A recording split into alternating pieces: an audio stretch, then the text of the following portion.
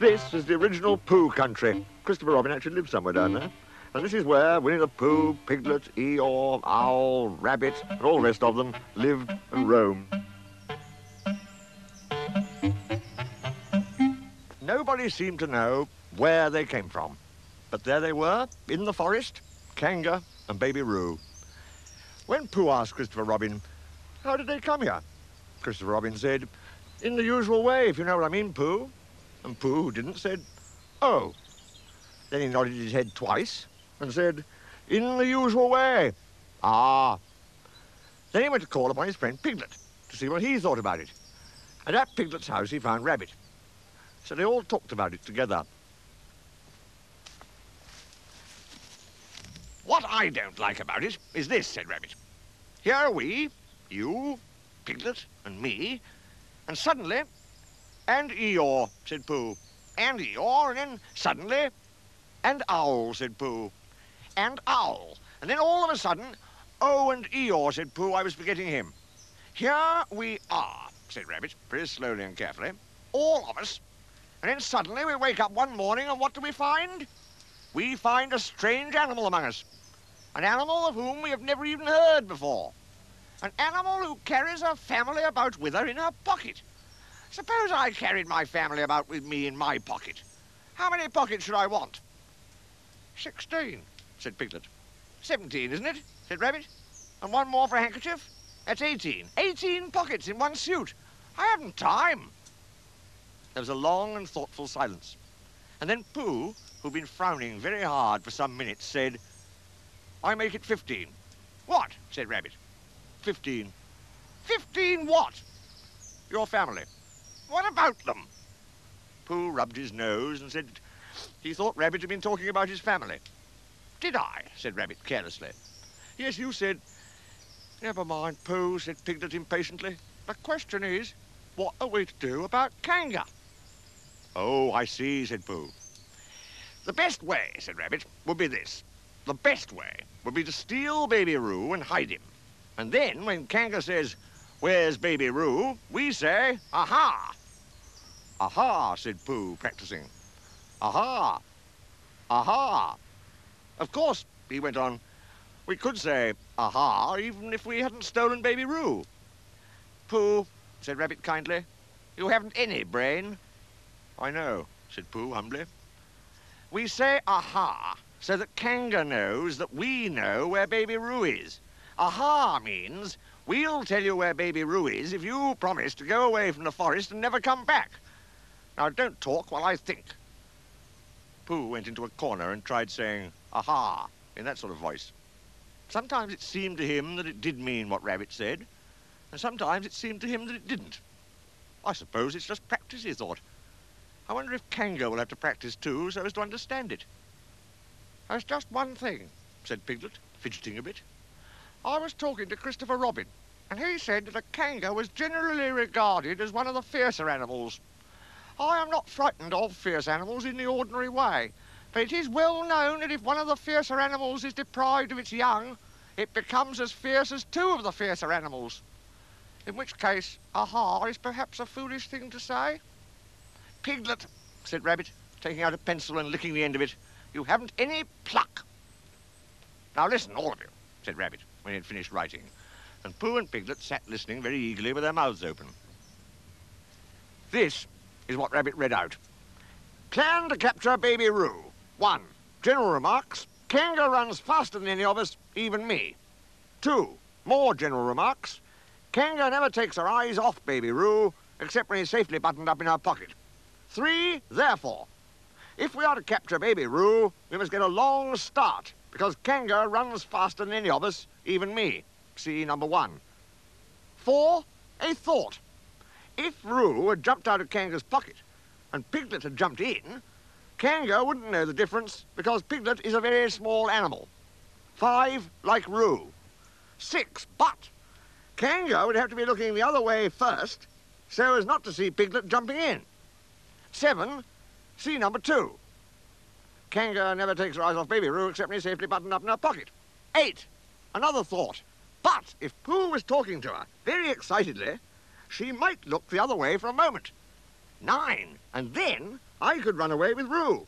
10, quickly. 11, and Kanga wouldn't discover the difference until afterwards. Well, Rabbit read this out proudly, and for a little while after he had read it, nobody said anything. And then Piglet, who'd been opening and shutting his mouth without making any noise, managed to say very huskily, "And afterwards? How do you mean?" "When Kanga does discover the difference." "Then we all say, aha!" "All 3 of us?" "Yes." "Oh. Why, what's the trouble, Piglet?" "Nothing," said Piglet. "As long as we all 3 say it." "As long as we all 3 say it," said Piglet. "I don't mind," he said, "but I shouldn't care to say aha by myself. It wouldn't sound nearly so well. By the way," he said, "you aren't quite sure about what you said about the winter months." "The winter months?" "Yes, only being fierce in the winter months." "Oh, yes, that's all right. Well, Pooh, you see what you have to do." "No," said Pooh Bear. "Not yet," he said. "What do I do?" "Well, you just have to talk very hard to Kanga so she doesn't notice anything." "Oh, what about?" "Anything you like." "You mean like telling her a little bit of poetry or something?" "That's it," said Rabbit. "Splendid. Now come along." So they all went out to look for Kanga. Kanga and Roo were spending a quiet afternoon in a sandy part of the forest. Baby Roo was practicing very small jumps in the sand and falling down mouse holes and climbing out of them, and Kanga was fidgeting about and saying, "Just one more jump, dear, and then we must go home." And at that moment, who should come stumping up the hill but Pooh. "Good afternoon, Kanga." "Good afternoon, Pooh." "Look at me jumping," squeaked Roo and fell into another mouse hole. "Hello, Roo, my little fellow." "We were just going home," said Kanga. "Good afternoon, Rabbit. Good afternoon, Piglet." Rabbit and Piglet had now come up from the other side of the hill. "Oh, Kanga," said Pooh, after Rabbit had winked at him twice. "I don't know if you're interested in poetry at all." "Hardly at all," said Kanga. "Oh," said Pooh. "Go on," said Rabbit in a loud whisper. "Talking of poetry," said Pooh, "I made up a little piece as I was coming along. It went like this. Let me see. Fancy," said Kanga. "Now, Roo, dear." "How did it go, Pooh?" said Rabbit. Pooh gave a little cough and began. "Lines written by a bear of very little brain. On Monday, when the sun is hot, I wonder to myself a lot, now is it true or is it not, that what is which and which is what? On Tuesday, when it hails and snows, the feeling on me grows and grows, and hardly anybody knows if those are these or those. On Wednesday, when the sky is blue, and I have nothing else to do, I sometimes wonder if it's true that who is what and what is who. On Thursday, when it starts to freeze and hoarfrost twinkles on the trees, how very readily one sees that these are whose. But whose are these? On Friday, yes, it is, isn't it?" said Kanga, not waiting to hear what happened on Friday. "Just one more jump, Roo, dear, and then we really must be going." Rabbit gave Pooh a hurrying up sort of nudge. "Talking of poetry," said Pooh quickly, "have you ever noticed that tree right over there?" "You ought to look at that tree right over there," said Rabbit. I can see a bird in it from here," said Pooh. "Or is it a fish?" "You ought to see that bird from here," said Rabbit, "unless it's a fish." And then Kanga did turn her head to look. And the moment that her head was turned, Rabbit said in a loud voice, "In you go, Roo!" And in jumped Piglet into Kanga's pocket, and off scampered Rabbit with Roo in his paws as fast as he could. "Why, where's Rabbit?" said Kanga, turning round again. "Are you all right, Roo, dear?" Piglet made a squeaky Roo noise from the bottom of Kanga's pocket. "Rabbit had to go away," said Pooh. "I think he thought of something he had to go and see about suddenly." "And Piglet?" "I think Piglet thought of something at the same time, suddenly." "Well, we must be getting home," said Kanga. "Goodbye, Pooh." And in 3 large jumps she was gone. Pooh looked after her as she went. "Oh, I wish I could jump like that," he thought. "Some can, some can't. That's how it is." But there were moments when Piglet wished that Kanga couldn't. Often when he had had a long walk home through the forest, he'd wished that he were a bird. But now he thought jerkily to himself at the bottom of Kanga's pocket, "If this is flying, I shall never really take to it." And as he went up in the air, he said, "Oh!" And as he came down, he said, "Ow!" And as he was saying, "Ooh, ow! Ooh, ow! Ooh, ow!" all the way to Kanga's house. Of course, as soon as Kanga unbuttoned her pocket, she saw what had happened. Just for a moment, she thought she was frightened, and then she knew she wasn't, for she felt sure that Christopher Robin would never let any harm happen to Roo. So she said to herself, if they are having a joke with me, I will have a joke with them. Now then, Roo dear, she said as she took Piglet out of her pocket. Bedtime. Aha, said Piglet, as well as he could after his terrifying journey. But it wasn't a very good aha, and Kanga didn't seem to understand what it meant.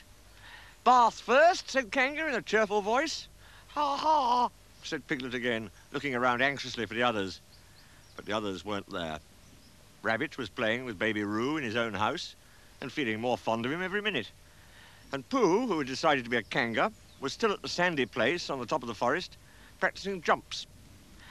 I'm not at all sure, said Kanga in a thoughtful voice, that it wouldn't be a good idea to have a cold bath this evening.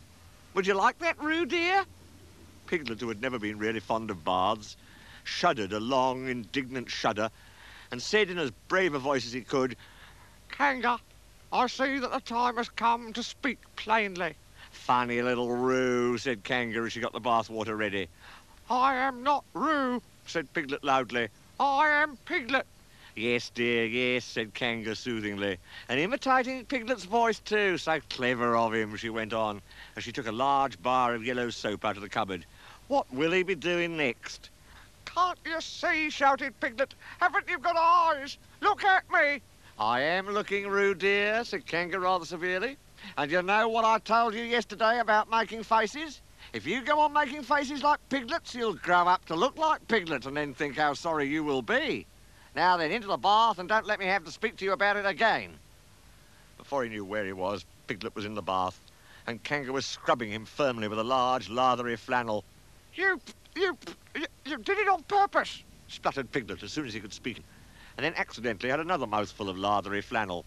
That's right, dear, don't say anything, said Kanga. And in another minute, Piglet was out of the bath and being rubbed dry with a towel. Now, said Kanga, there's your medicine and then bed. Oh, medicine, said Piglet. To make you grow big and strong, dear. You don't want to grow up small and weak like Piglet, do you? Well, then. At that moment, there was a knock at the door. Come in, said Kanga, and in came Christopher Robin. Christopher Robin, cried Piglet. Tell Kanga who I am. She keeps saying I'm Roo. I'm not Roo, am I? Christopher Robin looked at him very carefully and shook his head. You can't be Roo, he said, because I've just seen Roo playing in Rabbit's house. Well, said Kanga, fancy that. Fancy my making a mistake like that. There you are, said Piglet. I told you so. I'm Piglet. Christopher Robin shook his head again. Oh, you're not Piglet, he said. I know Piglet well, and he's quite a different colour. Piglet began to say that this was because he had just had a bath, and then he thought that perhaps he wouldn't say that.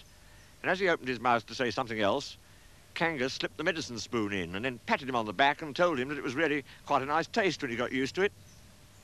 I knew it wasn't Piglet, said Kanga. I wonder who it can be. Perhaps it's some relation of Pooh's, said Christopher Robin. What about a nephew or an uncle or something? Kanga agreed that this was probably what it was, and said that they would have to call it by some name. I shall call it Pootle, said Christopher Robin. Henry Pootle for short.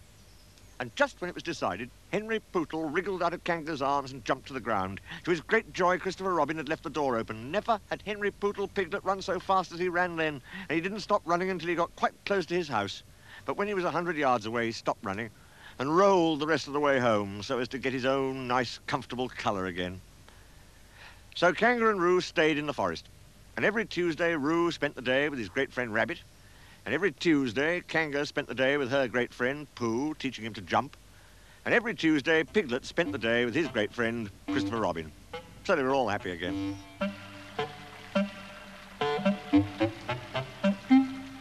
By the time it came to the edge of the forest, the stream had grown up, so that it was almost a river. And being grown up, it didn't run and jump and sparkle along as it used to do when it was younger, but moved more slowly. For it knew now where it was going, and it said to itself, there's no hurry. We shall get there someday. There was a broad track leading from the outland to the forest, but before it could come to the forest, it had to cross this river. So where it crossed, there was this wooden bridge with wooden rails on each side of it. Christopher Robin could get his chin onto the top rail if he wanted to, But it was more fun to stand on the bottom rail so you could lean right over and watch the river slipping slowly away beneath him. Pooh could get his chin onto the bottom rail if he wanted to, but it was more fun to lie down and get his head under it and watch the river slipping slowly away beneath him. And this was the only way in which Piglet and Roo could watch the river at all, because they were too small to reach the bottom rail. So they would lie down and watch it, and it slipped away very slowly, being in no hurry to get there. One day, when Pooh was walking towards this bridge, he was trying to make up a piece of poetry about fir cones, because there they were, lying about on each side of him, and he felt singy. So he picked a fir cone up and looked at it and said to himself, "This is a very good fir cone, and something ought to rhyme to it." But he couldn't think of anything. And then this came into his head suddenly. Here is a mystery about a little fir tree. Owl says it's his tree, and Kanga says it's her tree. Which doesn't make sense, said Pooh, because Kanga doesn't live in a tree. He had just come to the bridge, and not looking where he was going, he tripped over something, and the fir cone jerked out of his paw into the river. "Bother," said Pooh, as it floated slowly under the bridge. And he went back to get another fir cone which had a rhyme to it. But then he thought that he would just look at the river instead, because it was a peaceful sort of day. So he lay down and looked at it, and it slipped slowly away beneath him. And suddenly, there was his fir cone slipping away too. "That's funny," said Pooh. "I dropped it on the other side," said Pooh, "and it came out on this side. I wonder if it would do it again." And he went back for some more fir cones. It did. It kept on doing it. Then he dropped two in at once and leant over the bridge to see which of them would come out first. And one of them did. But as they were both the same size, he didn't know if it was the one which he wanted to win or the other one. So the next time, he dropped one big one and one little one. And the big one came out first, which is what he had said it would do, and the little one came out last, which is what he had said it would be. So he'd won twice. And when he went home for tea, he had won 36 and lost 28, which meant that he had, well, you take 28 from 36.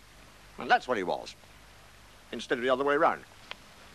And that was the beginning of the game called Pooh Sticks, which Pooh invented and which he and his friends used to play on the edge of the forest. But they played with sticks instead of fir cones because they were easier to mark. Now one day, Pooh and Piglet and Rabbit and Roo were all playing Pooh Sticks together. They had dropped their sticks in when Rabbit said, "Go!"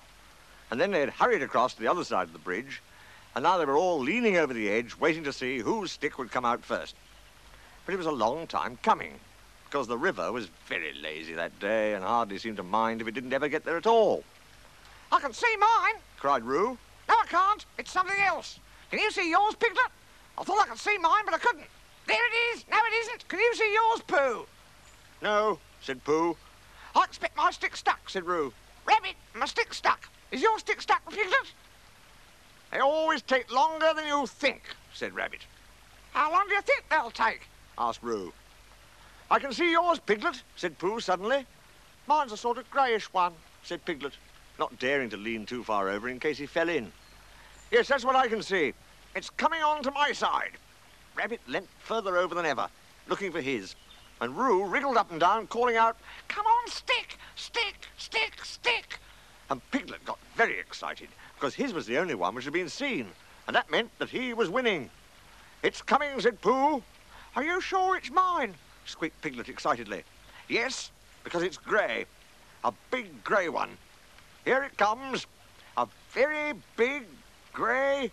Oh, no, it isn't. It's Eeyore." And out floated Eeyore. "Eeyore!" cried everybody. Looking very calm, very dignified, with his legs in the air, came Eeyore from beneath the bridge.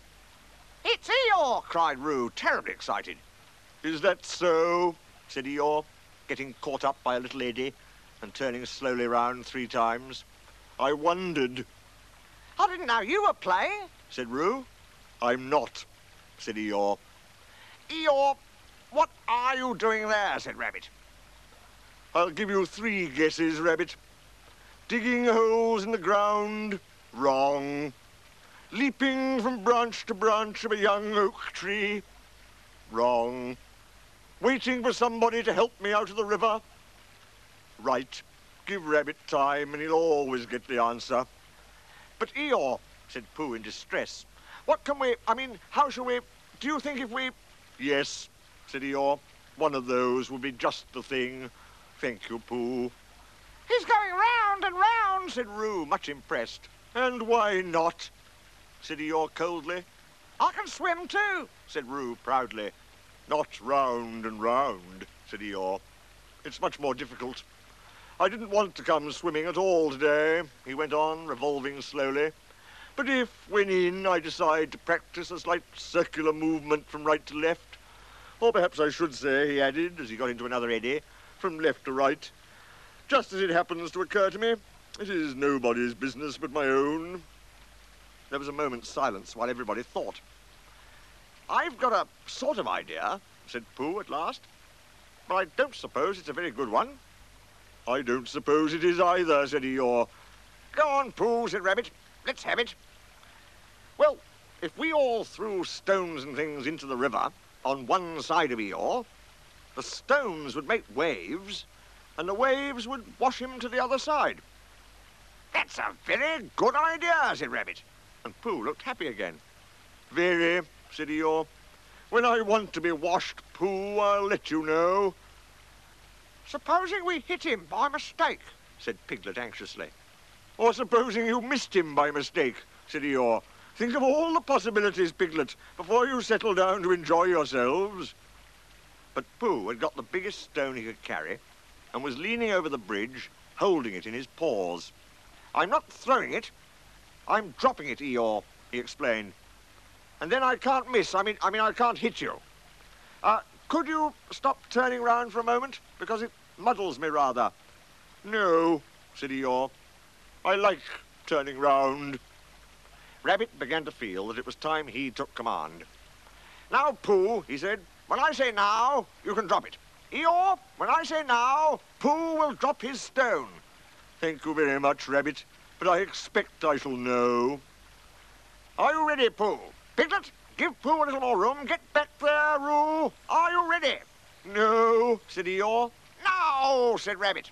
Pooh dropped his stone. There was a loud splash and Eeyore disappeared. It was an anxious moment for the watchers on the bridge. They looked and looked, and even the sight of Piglet's stick coming out a little in front of Rabbit's didn't cheer them up as much as you would have expected. And then, just as Pooh was beginning to think that he must have chosen the wrong stone, or the wrong river, or the wrong day for his idea, something grey showed for a moment by the riverbank, and it got slowly bigger and bigger. And at last it was Eeyore coming out. With a shout, they rushed off the bridge and pushed and pulled at him, and soon he was standing among them again on dry land. How, Eeyore, you are wet, said Piglet, feeling him. Eeyore shook himself and asked somebody to explain to Piglet what happened when you'd been inside a river for quite a long time. How did you fall in, Eeyore? Asked Rabbit, as he dried him with Piglet's handkerchief. I didn't, said Eeyore. But how? I was bounced, said Eeyore. Who? Said Roo excitedly. Did somebody push you? Somebody bounced me. I was just thinking by the side of the river, thinking, if any of you know what that means, when I received a loud bounce. Oh, Eeyore, said everybody. Are you sure you didn't slip? Asked Rabbit wisely. Of course I slipped. If you're standing on the slippery bank of a river and somebody bounces you loudly from behind, you slip. What do you think I did? But who did it? Asked Roo. Eeyore didn't answer. I expect it was Tigger, said Piglet nervously. But Eeyore, said Pooh, was it a joke or an accident? I mean, I didn't stop to ask, Pooh. Even at the very bottom of the river, I didn't stop to say to myself, is this a hearty joke or is it the merest accident? I just floated to the surface and said to myself, it's wet, if you know what I mean. And where was Tigger? Asked Rabbit. Before Eeyore could answer, there was a loud noise behind them, and through the hedge came Tigger himself. Hello, everybody, said Tigger cheerfully. Hello, Tigger, said Roo. Rabbit became very important suddenly. Tigger, he said solemnly, What happened just now? Just when? Said Tigger, a little uncomfortably. When you bounced Eeyore into the river. I didn't bounce him. You bounced me, said Eeyore gruffly. I didn't really. I had a cough, and I happened to be behind Eeyore, and I said, grrr, hoopsa. Why? Said Rabbit, helping Piglet up and dusting him. It's all right, Piglet. It took me by surprise, said Piglet nervously. That's what I call bouncing, said Eeyore. Taking people by surprise. A very unpleasant habit. I don't mind Tigger being in the forest, he went on, because it's a large forest, and there's plenty of room to bounce in it. But I don't see why he should come into my little corner of it and bounce there. It isn't as if there was anything wonderful about my little corner. Of course, for people who like cold, wet, ugly bits, it is something rather special. But otherwise, it's just a corner. And if anybody feels bouncy, I didn't bounce, I coughed, said Tigger crossly. Bouncy or coffee, all I can say is, well, here's Christopher Robin, so he can say it. Christopher Robin ran down from the forest to the bridge, feeling all sunny and careless, and just as if twice 19 didn't matter a bit, as it didn't on such a happy afternoon. And he thought that if he stood on the bottom rail of the bridge and leant over and watched the river slipping slowly away beneath him, he would suddenly know everything that there was to be known, and he would be able to tell Pooh, who wasn't quite sure about some of it. But when he got to the bridge and saw all the animals there, then he knew that it wasn't that kind of afternoon, but the other kind, when you wanted to do something. It's like this, Christopher Robin, began Rabbit. Tigger? No, I didn't, said Tigger. Well, anyhow, there I was, said Eeyore. But I don't think he meant to, said Pooh. He just is bouncy, said Piglet, and he can't help it. Try bouncing me, Tigger, said Roo eagerly. Eeyore, Tigger's going to try me. Piglet, do you think? Yes, yes, said Rabbit. We don't all want to speak at once. The point is, what does Christopher Robin think about it? All I did was I coughed, said Tigger. He bounced, said Eeyore. Well, I sort of boffed, said Tigger. Hush, said Rabbit, holding up his paw. What does Christopher Robin think about it all? That's the point. Well, said Christopher Robin, not quite sure what it was all about. I think, yes, said everybody. I think we ought to play Pooh Sticks. So they did. And Eeyore, who had never played before, won more times than anybody else. And Roo fell in twice, the first time by accident, and the second time on purpose, because he suddenly saw Kanga coming from the forest, and he knew he'd have to go to bed anyhow. So when Rabbit said he'd go with them, and Tigger and Eeyore went off together because Eeyore wanted to tell Tigger how to win at Pooh Sticks, which you do by letting your stick drop in a twitchy sort of way, if you understand what I mean, Tigger. And Christopher Robin and Pooh and Piglet were left on the bridge by themselves. For a long time they looked at the river beneath them, saying nothing. And the river said nothing too, for it felt very quiet and peaceful on this summer afternoon. Tigger is all right, really, said Piglet lazily. Of course he is, said Christopher Robin. Everybody is, really, said Pooh. That's what I think, said Pooh. But I don't suppose I'm right, he said. Of course you are, said Christopher Robin.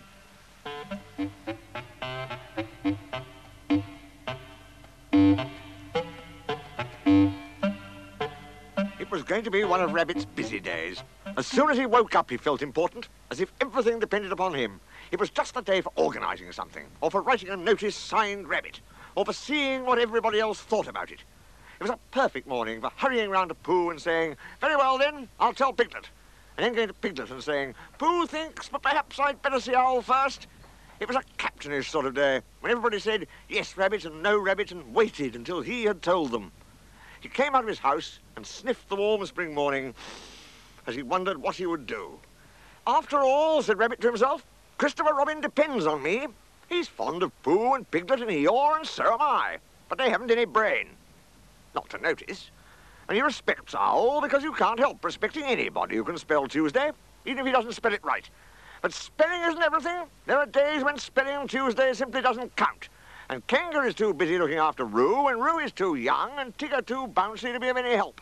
So there's really nobody but me when you come to look at it. I'll go and see if there's anything he wants doing, and then I'll do it for him. It's just the day for doing things.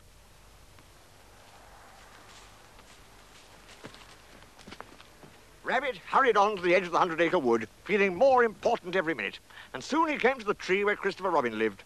He knocked at the door, and he called out once or twice, then he walked back a little way and put his paw up to keep the sun out, and called to the top of the tree. Then he turned all round and shouted, "Hello! And I say, and it's Rabbit!" But nothing happened. Then he stopped and listened, and everything stopped and listened with him, and the forest was very lone and still and peaceful in the sunshine, until suddenly, 100 miles above him, a lark began to sing. "Bother," said Rabbit. "He's gone out." He went back to the green front door just to make sure, and he was turning away, feeling that his morning had got all spoilt, when he saw a piece of paper on the ground, and there was a pin in it, as if it had fallen off the door. "Ah," said Rabbit, feeling quite happy again. "Another notice, which said, 'Gone out, Baxon, busy, Baxon, CR.' Ha!" said Rabbit again. "I must tell the others." And he hurried off importantly. The nearest house was Owl's, and to Owl's house in the 100-acre wood he made his way. He came to Owl's door, and he knocked and he rang, and he rang and he knocked, and he rang and he rang and he knocked. And at last Owl's head came out and said, "Go away, I'm thinking, oh, it's you," which was how he always began. "Owl," said Rabbit shortly, "you and I have brains. The others have fluff. If there's any thinking to be done in this forest, and when I say thinking, I mean thinking, you and I must do it." "Yes," said Owl, "I was. Read that." Owl took Christopher Robin's notice from Rabbit and looked at it nervously. He could spell his own name, Owl, and he could spell Tuesday, so that you knew it wasn't Wednesday, and he could read quite comfortably when you weren't looking over his shoulder and saying "well" all the time. And he could... "Well?" said Rabbit. "Yes," said Owl, looking wise and thoughtful. "I see what you mean, undoubtedly." "Well, exactly," said Owl, "precisely." And he added after a little thought, "If you had not come to me, I should have come to you." "Why?" asked Rabbit. "For that very reason," said Owl, hoping that something helpful would happen soon. "Yesterday morning," said Rabbit solemnly, "I went to see Christopher Robin. He was out. Pinned on his door was a notice." "The same notice?" "A different one, but the meaning was the same. It's very odd." "Amazing," said Owl, looking at the notice again, and getting just for a moment a curious sort of feeling that something had happened to Christopher Robin's back. "What did you do?" "Nothing." "The best thing," said Owl wisely. "Well?" said Rabbit again, as Owl knew he was going to. "Exactly," said Owl. For a little while he couldn't think of anything more, and then all of a sudden he had an idea. "Tell me, Rabbit," he said, "the exact words of the first notice. This is very important. Everything depends on this. The exact words of the first notice." "It was just the same as that one, really." Owl looked at him and wondered whether to push him off the tree, but feeling that he could always do it afterwards, he tried once more to find out what they were talking about. "The exact words, please," he said, as if Rabbit hadn't spoken. "It just said, 'Gone out, Baxon,' same as this, only this says, 'Busy Baxon,' too." Owl gave a great sigh of relief. "Ah," said Owl, "now we know where we are." "Yes, but where's Christopher Robin?" said Rabbit. "That's the point." Owl looked at the notice again. To one of his education, the reading of it was easy. "Gone out, Baxon, busy Baxon," just the sort of thing you'd expect to see on a notice. "It is quite clear what has happened, my dear Rabbit," he said. "Christopher Robin has gone out somewhere with Baxon. He and Baxon are busy together. Have you seen a Baxon anywhere about in the forest lately?" "I don't know," said Rabbit. "That's what I came to ask you. What are they like?" "Well," said Owl, "the spotted or herbaceous Baxon is just a... At least," he said, "it's very more of a... Of course," he said, "it depends on the... Well," said Owl, "the fact is," he said, "I don't know what they're like," said Owl frankly. "Thank you," said Rabbit, and he hurried off to see Pooh. Before he had gone very far, he heard a noise, so he stopped and listened. This was the noise. Noise by Pooh. "Oh, the butterflies are flying, now the winter days are dying, and the primroses are trying to be seen, and the turtle doves are cooing, and the woods are up and doing, for the violets are bluing in the green. Oh, the honeybees are gumming on their little wings and humming that the summer which is coming will be fun. and the cows are almost cooing and the turtle doves are mooing, which is why a poo is pooing in the sun. For the spring is very springing, you can see a skylark singing, and the bluebells which are ringing can be heard, and the cuckoo isn't cooing, but he's cooking, and he's ooing, and a poo is simply pooing, like a bird. "Hello, Pooh," said Rabbit. "Hello, Rabbit," said Pooh dreamily. "Did you make that song up?" "Well, I sort of made it up," said Pooh. "It isn't brain," he went on humbly, "because you know why, Rabbit. But it comes to me sometimes." "Ah," said Rabbit, who never let things come to him, but always went and fetched them. "Well, the point is, have you seen a spotted or herbaceous baxen in the forest at all?" "No," said Pooh. "No," said Pooh. "I saw Tigger just now." "That's no good." "No," said Pooh. "I thought it wasn't." "Have you seen Piglet?" "Yes," said Pooh. "I suppose that isn't any good either?" he asked meekly. "Well, it depends if he saw anything." "He saw me," said Pooh. Rabbit sat down on the ground next to Pooh, and feeling much less important like that, stood up again. "What it all comes to is this," he said. "What does Christopher Robin do in the morning nowadays?" "What sort of thing?" "Well, can you tell me anything you've seen him do in the morning, these last few days?" "Yes," said Pooh. "We had breakfast together yesterday, by the pine trees. I'd made up a little basket, just a little fair-sized basket, an ordinary biggish sort of basket full of—" "Yes, yes," said Rabbit, "but I mean later than that. Have you seen him between 11 and 12? "Well," said Pooh, "at 11 o'clock. At 11 o'clock, well, at 11 o'clock, you see, I generally get home about then, because I have one or two things to do. 11:15, then." "Well," said Pooh, "half-past." "Yes," said Pooh, "at half-past, or perhaps later, I might see him." And now that he did think of it, he began to remember that he hadn't seen Christopher Robin about so much lately. Not in the mornings. Afternoons, yes. Evenings, yes. Before breakfast, yes. Just after breakfast, yes. And then perhaps, "See you again, Pooh," and off he'd go. "That's just it," said Rabbit. "Where?" "Perhaps he's looking for something." "What?" asked Rabbit. "That's just what I was going to say," said Pooh.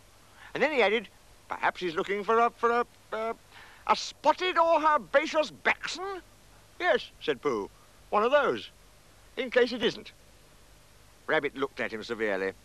"I don't think you're helping," he said. "No," said Pooh. "I do try," he added humbly. Rabbit thanked him for trying, and said that he would now go and see Eeyore, and Pooh could walk with him if he liked. But Pooh, who felt another verse of his song coming on him, said he would wait for Piglet. Goodbye, Rabbit. So Rabbit went off. But as it happened, it was Rabbit who saw Piglet first. Piglet had got up early that morning to pick himself a bunch of violets, and when he'd picked them and put them in a pot in the middle of his house, it suddenly came over him that nobody had ever picked Eeyore a bunch of violets. And the more he thought of this, the more he thought how sad it was to be an animal who had never had a bunch of violets picked for him. So he hurried out again, saying to himself, "Eeyore violets, and violets Eeyore," in case he forgot, because it was that sort of day. And he picked a large bunch and trotted along, smelling them and feeling very happy, until he came to the place where Eeyore was. "Oh, Eeyore," began Piglet, a little nervously, because Eeyore was busy. Eeyore put out a hoof and waved him away. "Tomorrow," said Eeyore, "or the next day." Piglet came a little closer to see what it was. Eeyore had 3 sticks on the ground and was looking at them. 2 of the sticks were touching at one end, but not at the other, and the 3rd stick was laid across them. Piglet thought that perhaps it was a trap of some kind. "Oh, Eeyore," he began again. "Is that little Piglet?" said Eeyore, still looking hard at his sticks. "Yes, Eeyore, and do you know what this is?" "No," said Piglet. "It's an A." "Oh," said Piglet. "Not O, A," said Eeyore severely. "Can't you hear, or do you think you have more education than Christopher Robin?" "Yes," said Piglet. "No," said Piglet very quickly, and it came closer still. "Christopher Robin said it was an A, and an A it is, until somebody treads on it," Eeyore added sternly. Piglet jumped backwards hurriedly and smelt at his violets. "Do you know what A means, little Piglet?" "No, Eeyore, I don't." "It means learning. It means education. It means all the things that you and Pooh haven't got. That's what A means." "Oh," said Piglet again. "I mean, does it?" he explained quickly. I'm telling you, people come and go in this forest and they say, it's only Eeyore, so it doesn't count. They walk to and fro saying, ha, ha. But do they know anything about A? They don't. It's just 3 sticks to them. But to the educated, not meaning Poos and Piglets, it's a great and glorious A. Not, he added, just something that anybody can come and breathe on. Piglet stepped back nervously and looked round for help. Oh, here's Rabbit, he said gladly. Hello, Rabbit. Rabbit came up importantly, nodded to Piglet and said, Eeyore, in the voice of one who would be saying goodbye in about 2 more minutes. There's one thing I wanted to ask you, Eeyore. What happens to Christopher Robin in the mornings nowadays? What's this that I'm looking at? Said Eeyore, still looking at it. 3 sticks, said Rabbit promptly. You see, said Eeyore to Piglet. I will now answer your question, Rabbit, he said solemnly. Thank you, said Rabbit. What does Christopher Robin do in the mornings? He learns. He becomes educated. He instigates. I think that is the word he mentioned, but I may be referring to something else. He instigates knowledge. In my small way, I also, if I have the word right, am doing what he does. That, for instance, is an A, said Rabbit, but not a very good one. Well, I must get back and tell the others. Eeyore looked at his sticks, and then he looked at Piglet. What did Rabbit say it was? He asked. An A, said Piglet. Did you tell him? No, Eeyore, I didn't. I expect he just knew. He knew? You mean this A thing is a thing Rabbit knew? Yes, Eeyore. He's clever, Rabbit is. Clever? Said Eeyore scornfully, putting a foot heavily on his 3 sticks. Education? Said Eeyore bitterly, jumping on his 6 sticks. What is learning? Asked Eeyore as he kicked his 12 sticks into the air. A thing Rabbit knows. Ha! I think, began Piglet nervously. Don't, said Eeyore. I think violets are rather nice, said Piglet, and he laid his bunch in front of Eeyore and scampered off. Next morning, the notice on Christopher Robin's door said, Gone out, back soon, CR, which is why all the animals in the forest, except, of course, the spotted and herbaceous Baxen, now know what Christopher Robin does in the mornings.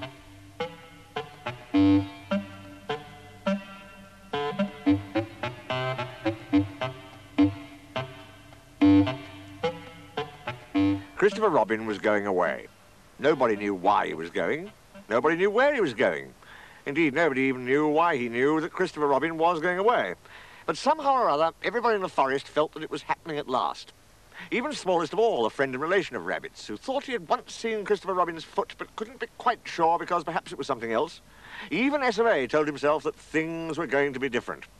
And late and early, 2 other friends and relations said, well early and well late, to each other in such a hopeless sort of way that it really didn't seem any good waiting for the answer. One day, when he felt that he couldn't wait any longer, Rabbit brained out a notice, and this is what it said. Notice.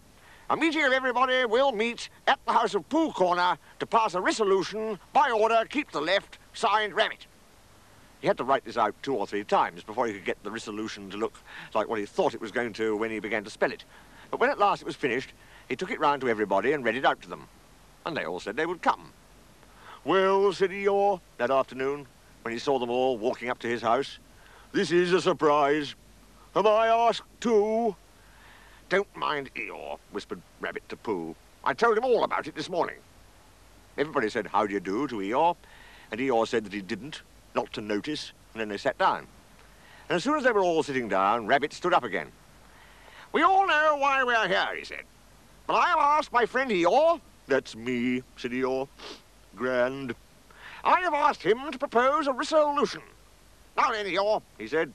Don't bustle me, said Eeyore, getting up slowly. Don't now then me. He took a piece of paper from behind his ear and unfolded it. Nobody knows anything about this, he went on. This is a surprise. He coughed in an important way, and began again.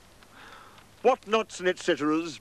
Before I begin, or perhaps I should say before I end, I have a piece of poetry to read to you.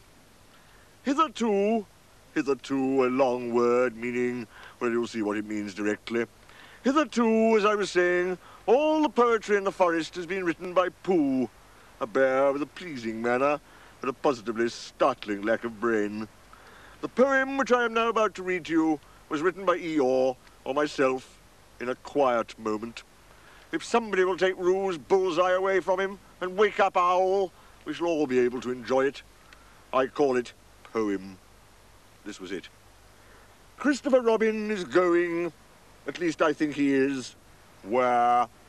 Nobody knows, but he is going. I mean he goes, to rhyme with nose. Do we care? To rhyme with where. We do, very much. I haven't got a rhyme for that is in the second line yet. Bother. Now I haven't got a rhyme for bother. Bother. Those two bothers will have to rhyme with each other.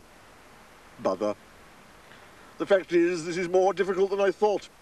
I ought, very good indeed, I ought to begin again, but it is easier to stop. Christopher Robin, goodbye. Good, and all your friends sends, I mean all your friend send, very awkward this, it keeps going wrong. Well, anyhow, we send our love end. If anybody wants to clap, said Eeyore when he had read this, now is the time to do it. They all clapped. Thank you, said Eeyore.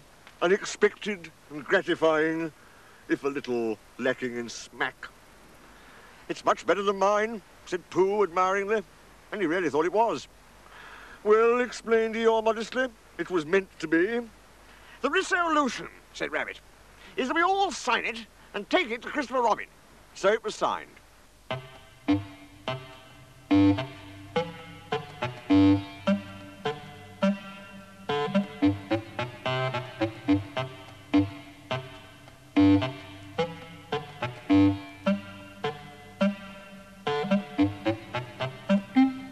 And they all went off to Christopher Robin's house with it. Hello, everybody, said Christopher Robin. Hello, Pooh. They all said hello and felt awkward and unhappy suddenly, because it was a sort of goodbye they were saying, and they didn't want to think about it. So they stood around and waited for somebody else to speak, and they nudged each other and said, go on, and gradually Eeyore was nudged to the front, and the others crowded behind him. What is it, Eeyore? Asked Christopher Robin. Eeyore swished his tail from side to side so as to encourage himself, and began. Christopher Robin, he said, we've come to say, to give you, it's called Written By, but we've all, because we've heard, I mean, we all know, well, you see, it's, well,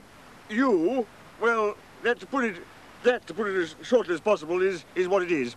And he turned round angrily on the others and said, everybody crowds around so in this forest. There's no space.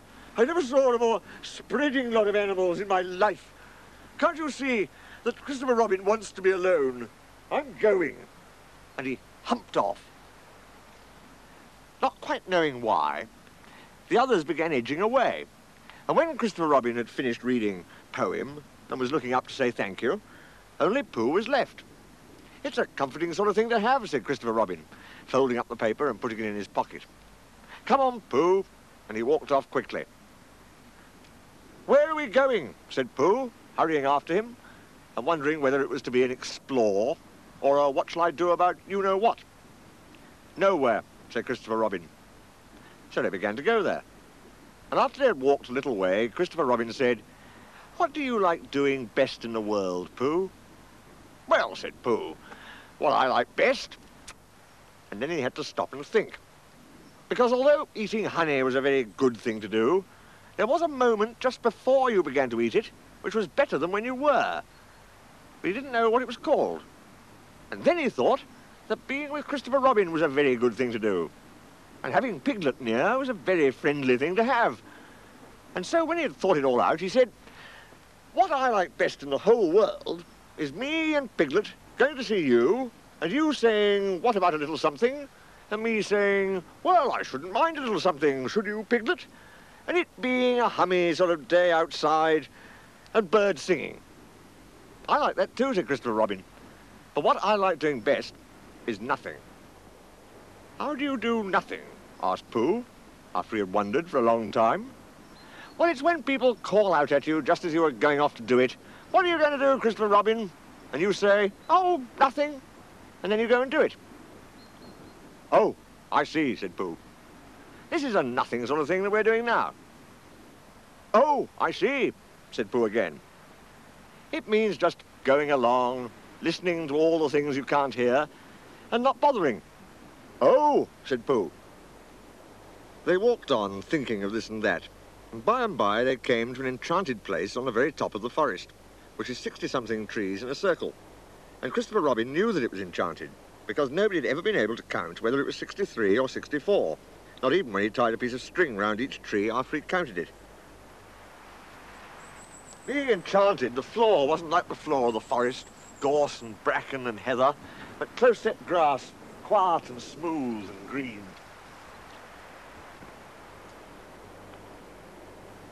It was the only place in the forest where you could sit down carelessly without getting up again almost at once and looking for somewhere else. Sitting there, they could see the whole world spread out until it reached the sky. And whatever there was, all the world over, was with them in Galleon's lap. Suddenly Christopher Robin began to tell Pooh about some of the things. People called kings and queens, and something called factors, and a place called Europe, and an island in the middle of the sea where no ships came, and how you make a suction pump, if you want to, and when knights were knighted, and what comes from Brazil. And Pooh, his back against one of the 60-something trees, and his paws folded in front of him, said, oh, and I don't know, and thought how wonderful it would be to have a real brain which could tell you things. And by, Christopher Robin came to an end of the things and was silent, and he sat there looking out over the world and wishing it wouldn't stop. But Pooh was thinking too, and he said suddenly to Christopher Robin, is it a very grand thing to be an afternoon, what you said? A what? Said Christopher Robin lazily, as he listened to something else. On a horse, explained Pooh. A knight? Oh, was that it? Said Pooh. I thought it was a... Is it as grand as a king and factors and all the other things you said? Well, it's not as grand as a king, said Christopher Robin. And then, as Pooh seemed disappointed, he added quickly, but it's grander than factors. Could a bear be one? Of course he could, said Christopher Robin. I'll make you one. And he took a stick and touched Pooh on the shoulder and said, rise, Sir Pooh the Bear, most faithful of all my knights. So Pooh rose and sat down and said thank you, which is the proper thing to say when you've been made a knight, and he went into a dream again, in which he and Sir Pump and Sir Brazil and Factors lived together with a horse and were faithful knights, all except Factors, who looked after the horse, to good King Christopher Robin. And every now and then he shook his head and said to himself, I'm not getting it right. And then he began to think of all the things Christopher Robin would want to tell him when he came back from wherever he was going to, and how muddling it would be for a bear of very little brain to try and get them right in his mind. So perhaps, he said sadly to himself, Christopher Robin won't tell me any more. And he wondered if being a faithful knight meant that you just went on being faithful without being told things. Then suddenly again, Christopher Robin, who was still looking at the world with his chin in his hands, called out, Pooh? Yes, said Pooh. Pooh? Yes, Christopher Robin? I'm not going to do nothing any more. Never again? Well, not so much. They don't let you. Pooh waited for him to go on, but he was silent again. Yes, Christopher Robin, said Pooh helpfully. Pooh, when I'm not doing nothing, will you come up here sometimes? Just me? Yes, Pooh. Will you be here too? Yes, Pooh, I will be, really. I promise I will be, Pooh. That's good, said Pooh. Pooh, promise you won't forget about me, ever? Not even when I'm 100? Pooh thought a little. How old shall I be then? 99. Pooh nodded. I promise, he said. Still with his eyes on the world, Christopher Robin put out a hand and felt for Pooh's paw. Pooh, said Christopher Robin earnestly, if I'm not quite... He stopped and tried again. Pooh, whatever happens, you will understand, won't you? Understand what? Oh, nothing. He laughed and jumped to his feet. "Come on." "Where?" said Pooh. "Anywhere," said Christopher Robin. So they went off together. But wherever they go, and whatever happens to them on the way, in that enchanted place on the top of the forest, a little boy and his bear will always be playing. I'm off to anywhere now, too, so farewell.